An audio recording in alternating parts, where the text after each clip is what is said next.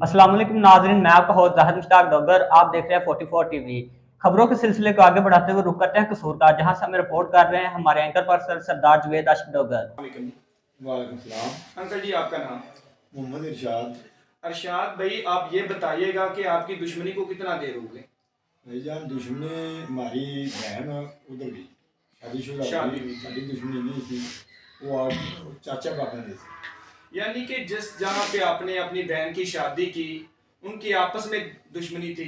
उन्हें कहा कि दुश्मनी ये एक खाली साहब करने लगे ने जी आप जी लड़ के 24 लाख जो 2020 कतल हुआ है, जी उसने मसीते बह के राजीनामा 70,000 रुपया दे के राजीनामा कर दिया। चोटा आईया सी जी आया सी उन्हें जी 70,000 रुपया लैके महीने डेढ़ साल दे बाप 2005 के बाप के भाई कतल कर दिया जी ਉਹਦੇ ਬਾਹਰ ਖਾਲਸਾ ਖੋ ਕੇ ਉਹਦਾ ਭਾਈ ਵੀ 24 ਲੱਖ ਦਾ ਰਿਆਜ਼ ਸੀ जी ਉਹਨੇ ਬੰਦੇ ਨੂੰ ਫੈਰ ਮਾਰ ਦਿੱਤਾ। जी ਪਰਚੇ ਮਦਈ ਦੇ ਵੀ ਹੋ ਗਿਆ, ਉਹਨਾਂ ਦੇ ਵੀ ਹੋ ਗਿਆ। जी ਉਹ ਜੇਲ੍ਹ ਚਲਾ ਗਿਆ 24 ਲੱਖ ਦਾ। जी ਬਾਕੀ ਪੁਲਿਸ ਨੇ ਦੂਜੇ ਪਰਚੇ ਜਿਹੜੇ ਦੋ ਪਹਿਲੇ ਕਤਲ ਹੋਏ ਸੀ, ਬੰਦੇ ਕੋਈ ਬੇਗ ਨਾ ਕਰਦੇ ਕੋਈ ਕਿਵੇਂ ਕਰਦੇ, ਅਸਗਰ ਉਹਦੇ ਸ਼ਿਸ਼ਟਾਰੀ ਸੀ। जी ਫਿਰ ਜੀ ਉਹ ਕੇਸ ਦੀ ਮੁਜਰ ਲੱਗਾ ਕੇਸ ਛਾਤੀਆਂ ਨੂੰ ਆ ਗਿਆ, ਤੇਰੇ ਬੱਚੇ ਮਾਰਦਿਆਂ ਨੇ ਛੱਤ ਨਾ ਲੱਗੀ, ਇਹ ਦਫਤਰ ਦਾਖਲ ਹੋ ਗਿਆ। जी ਮੇਰਾ ਭਣੋਈ 24 ਲੱਖ 2014 ਚ ਬਰੀ ਹੋ ਗਿਆ ਹੈ जी ਹਾਈ ਕੋਰਟ। ਹੁਣ 2016 ਚ ਇਹ ਅਸਗਰ ਨੇ ਅਰਸ਼ਦ ਨੇ ਜ਼ੈਨ जी ਨਾਮੀ ਬੰਦਾ ਹੈ ਨਾਲ ਦੇ ਦੂਜੇ ਮੁਲਜ਼ਮ ਉਹਨਾਂ ਸ਼ੋਰੂਮ ਤੇ ਦੋ ਬਾਪ ਬੇਟੇ ਨੂੰ ਫੈਰ ਮਾਰੇ। जी ਬਾਪ ਦੀ ਟਾਂਗ ਟੁੱਟ ਗਈ, ਬੇਟੇ ਦਾ ਬਾਜ਼ੂ ਟੁੱਟ ਗਿਆ ਦੋ ਜਾਵਾਂ। जी ਉਹਨੇ ਐਫਆਰ ਕਰਾਈ, ਤੇਰਾ ਪ੍ਰਵੇਦ ਨਾਮੀ ਮੁਲਜ਼ਮ ਸੀ। ਉਹਨੇ ਸਾਲ ਬਾਅਦ 2017 ਚ 2017 ਦੇ 19 ਦੇ ਨਜ਼ਦੀਕ ਉਹਨੇ ਬੇਰ ਪੂਰੀ ਕਰਾ ਕੇ ਥਾਣੇ ਦਾ ਲਗਭਗ ਬੁੱਧ ਕਰਕੇ ਦੇ ਨੂੰ ਪਤਾ ਹੀ ਨਹੀਂ ਉਹ ਡਿਸਚਾਰਜ ਹੋ ਗਿਆ। ਕੋਈ ਬੰਦਾ ਹੋਰ ਮੇਨ ਉਹ ਕੇਸ 'ਚ ਪੜਿਆ ਹੀ ਨਹੀਂ। जी ਉਹ ਜਿਹੜੇ ਲਿਖੀ ਪੜਤ ਦੇ ਪੈਸੇ ਦੇ ਕੇ ਪੇਸ਼ਵਾ ਮਦਈ ਨੂੰ ਪਿੱਛੇ ਨਾ ਬੁਲਾਇਆ ਗਿਆ, ਨਾ ਉਹ ਬੇਗ ਨਾ ਬੇਲ ਲੈ ਕੇ ਉਹ ਵਾਪਸ ਲੈ ਕੇ ਘਰ ਬੈਠਾ। ਉਸ ਬਾਅਦ ਮੁਲਜ਼ਮਾਂ ਨੇ ਫੋਨ ਕਰਕੇ ਕਿਹਾ ਰਾਜੀਨਾਮਾ ਕਰ ਲਾ ਜਾਂ ਤੈਨੂੰ ਅਸੀਂ ਮਾਰਦੇ ਹਾਂ।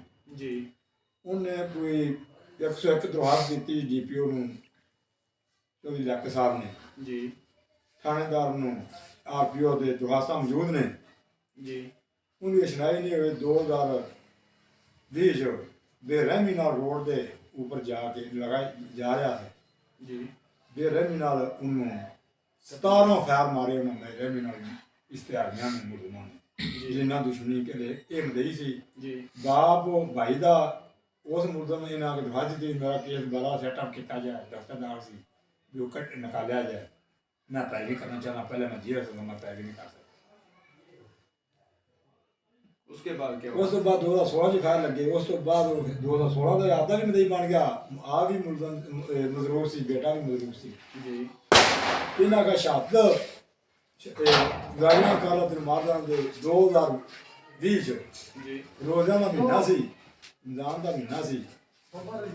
ਇਹਨਾਂ ਮੇਰੇ ਮਹੀਨਾ ਨੂੰ 17 ਫੈਰ ਮਾਰੇ, ਉਹਨੂੰ ਰੋਡ ਦੇ ਉੱਤੇ ਛੜਿਆ ਆ ਗਈ। ਫੈਰ ਮਾਰ ਕੇ ਸ਼ਾਮ ਨੂੰ ਮੈਨੂੰ ਫੋਨ ਕੀਤਾ ਨੇ, ਤੂੰ ਪੈਰਵੀ ਕੀਤੀ ਆਦੇ ਭਣੇਵਿਆਂ ਨੂੰ, ਆਦੀ ਭੈਣ ਨੂੰ ਆਦੇ ਘਰ ਲਾਇਆ, ਉਹ ਜਗ੍ਹਾ ਖਾਲੀ ਕਰ ਦਿਓ ਜਾਏ ਤਾਂ ਅਸੀਂ ਮਾਰਨਾ। जी ਉਹ ਮਦਈ ਮੇਰੀ ਭੈਣ ਬਣ ਗਈ, ਮੇਰਾ ਭਣੇਵਾ ਛਾਤੀਆ ਬਣ ਗਿਆ, ਇੱਕ ਮੇਰਾ ਭਾਈ ਅੱਧਾ ਗਵਾਰ ਛਾਤੀ ਬਣ जी ਛਾਤੀਆ ਬਣ ਗਿਆ। ਮੈਂ ਕਿਸੇ ਦੀ ਪੈਰਵੀ ਕਰਨ ਦਾ ਪਿਆ, ਮੈਨੂੰ ਫੋਨ ਕਰਨ ਦਾ ਵੀ ਤੈਨੂੰ ਅਸੀਂ ਮਾਰ ਦਿਆਂਗੇ। ਜਦੋਂ ਫੋਨ ਕਰਕੇ ਧਮਕੀ ਲਾਉਣ ਮੈਂ ਦਰਖਾਸਤ ਦਿਆਂ, ਉਹ ਦਰਖਾਸਤ ਤੇ ਅਮਲ ਨਹੀਂ ਹੁੰਦਾ ਸੀ। ਜਿਹੜਾ ਕਿਸ਼ੋਰ ਸਾਹਿਬ ਸੀ ਮਰਾਨ ਕਿਸ਼ੋਰ ਸਾਹਿਬ ਕੋ ਕਿਹੜੀ ਦਰਖਾਸਤ ਮੈਂ ਲੈ ਕੇ ਗਿਆ, ਪੀਲ ਲੈ ਕੇ ਗਿਆ, ਉਹ ਪਰਚਾ ਹੋਇਆ। 101 ਮੈਨੂੰ ਫੋਨ ਆਇਆ, ਜਿਹੜੀ ਮੈਂ ਡੀਪੀਓ ਸਾਹਿਬ ਕੋਲ ਦਰਖਾਸਤ ਲੈ ਕੇ ਗਿਆ, ਮਾਰ ਕਰਾ ਕੇ ਆਇਆ, ਉਹਦਾ ਪਰਚਾ ਹੋਇਆ, ਦੂਜੀ ਦਾ ਪਰਚਾ ਨਹੀਂ ਹੋਇਆ। जी ਉਹ 4 ਪਰਚੇ ਨੇ ਧਮਕੀਆਂ ਦੇ। जी ਮੈਨੂੰ 101 ਵਾਰ ਫੋਨ ਆਇਆ ਉਹਨਾਂ ਦਾ, ਅਸੀਂ ਤੈਨੂੰ ਮਾਰ ਦਿਆਂਗੇ, जी ਅਸੀਂ ਤੇਰੇ ਮਗਰ ਹਾਂ ਤੇ ਪੈਰਵੀ ਨਾ ਕਰ। ਉਹ ਜਿਹੜਾ ਸਾਮਾ ਮੈਨੂੰ ਲਾਦਨ ਮਾਰਿਆ ਗਿਆ, ਤੇਰਾ ਭਣੀਆ ਮਾਰਿਆ ਗਿਆ, ਕਿਹੜਾ ਸਾਬਰ ਮੈਂ ਲਾਦਨ ਮਾਰਿਆ ਗਿਆ, ਤੂੰ ਇਹਨੀ ਪੈਰਵੀ ਬਤਾ। जी ਜੇਕਰ ਅਸੀਂ ਦਿਲੋਂ ਹੀ ਹਾਰ ਗਏ, ਪੁਲਿਸ ਨੇ ਸੁਣਾਈ ਨਹੀਂ ਕੀਤੀ, ਮੁਲਜ਼ਮ ਨਹੀਂ ਪਕੜੇ। ਜੇ ਉਹਨੇ ਬੱਚਾ ਗਵਾ ਕੀਤਾ ਅਰਸ਼ਦ ਮੁਲਜ਼ਮ ਨੇ जी ਸ਼ੇਖੂਪੁਰੇ ਚੋਂ, जी ਸ਼ੇਖੂਪੁਰੇ ਡੀਪੀਓ ਨੇ ਚੌਵੀਆਂ ਘੰਟਿਆਂ 'ਚ ਉਹਨੂੰ ਟ੍ਰੇਸ ਕਰਕੇ ਬੱਚਾ ਵੀ ਬਾਜ਼ਿਆਬ ਬਾਜ਼ਾਬ ਕਰਾ ਲਿਆ, ਉਹਨੂੰ ਪਿਓ ਪੁੱਤਰਾਂ ਨੂੰ ਫੜ ਲਿਆ। ਜੀ ਉਹਨਾਂ ਦੀ ਕਾਰਕਰਦਗੀ ਤੇ ਜਿਹੜੇ ਕਸੂਰ ਦੀ ਪੁਲਿਸ ਨੇ ਉਹਨੂੰ ਜੇਲ੍ਹ ਵਾਪਸ ਇੱਥੇ ਲਿਆਂਦਾ ਹੈ, ਜੀ ਉਹਨੂੰ ਮਹਿਮਾਨ ਬਣਾ ਕੇ ਰੱਖਿਆ ਹੈ। ਜੀ ਮੇਰੀ ਭੈਣ ਨੂੰ SHO ਹਾਫਿਜ਼ ਆਤਫ ਨਜ਼ੀਰ ਜੀ ਜੀ SHO ਨੇ ਮੇਰੀ ਭੈਣ ਨੂੰ ਆਖਿਆ ਐਵੇਂ ਇਹਨਾਂ ਪੁਲਿਸ ਗ੍ਰਿਫਤਾਰੀ ਇਹਨਾਂ ਦਾ ਮਾਰਿਆ ਹੀ ਨਹੀਂ, ਇਹਨਾਂ ਮੰਗਵਾਇਆ। ਜੀ ਮੈਂ ਸਾਥ ਸਾਂ, ਮੈਂ ਆਖਿਆ ਬਿਆਸੂ ਜਿਹੜਾ ਰੋਇਆ, ਜੀ ਮੈਂ ਭੈਣ ਨੂੰ ਆਖਿਆ, ਭੈਣ ਨੇ ਆਖਿਆ ਬਾਬਾ ਕਿਰੇ ਨਹੀਂ ਜਾਣਾ, ਪੁਲਿਸ ਨੂੰ ਨਹੀਂ ਸੁਣਦੀ।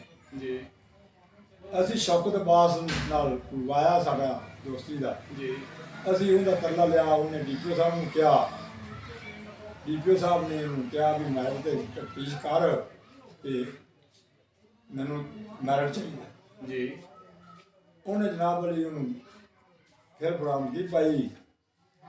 अंकल जी आप बाकी बातों को छोड़ें, आप ये बताएं अब आपकी बहन को बेरहमी के साथ और आपके भांजे को बेरहमी के साथ कत्ल कर दिया गया, क्या पुलिस ने मुकदमा दर्ज कर लिया?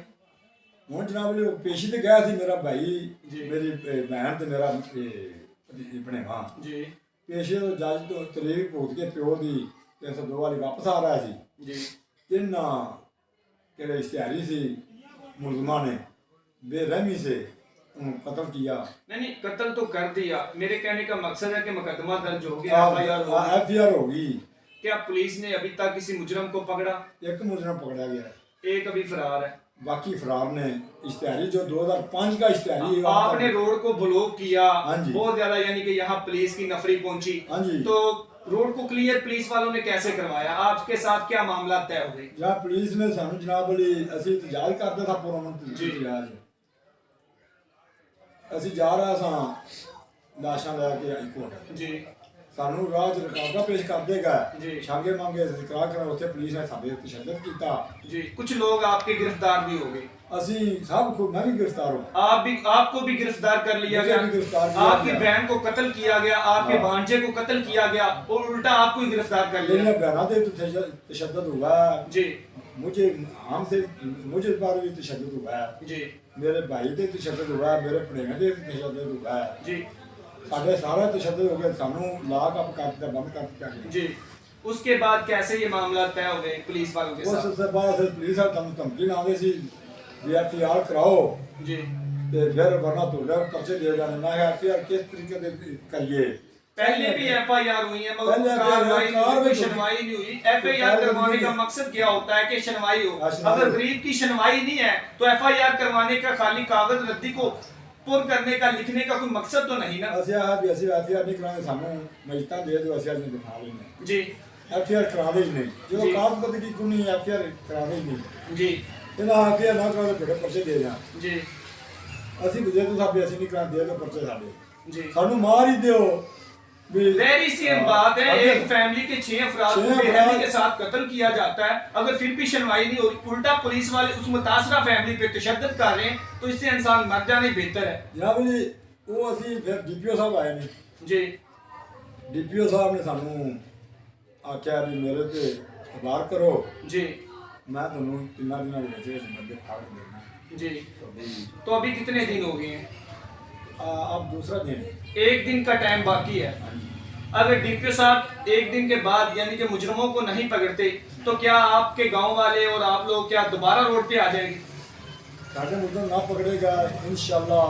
गांव के सब लोग आए हैं, मैं आज तेरे नाल खाल दे किसान ताज खाल ग्रुप जी खाल खोखर ग्रुप जी दो ने मेरे नाल हमल किया। जे इतजाज की लोड़ पई साढ़े बंदे गिरफ्तार ना होए, असीं इंशाल्लाह हाई कोर्ट जाके तेरे नाल सारे इतजाज पूरे जिले की जिन्नियां तंजीमां ने किसान ताजी तेरे साथ होंगियां और गैलन ठाड़ा लोगों ने किया कि हम तुम्हारे साथ होंगे। हम डॉक्टर साहब बोलो। जी ये बुजुर्ग अफराद थे जिनकी पूरी फैमिली को मौत की घाट में उतार दिया गया, बेरहमी के साथ कत्ल कर दिया गया। हमारी जो पुलिस है वो इनके साथ कोई मखसूस तामन नहीं कर रही।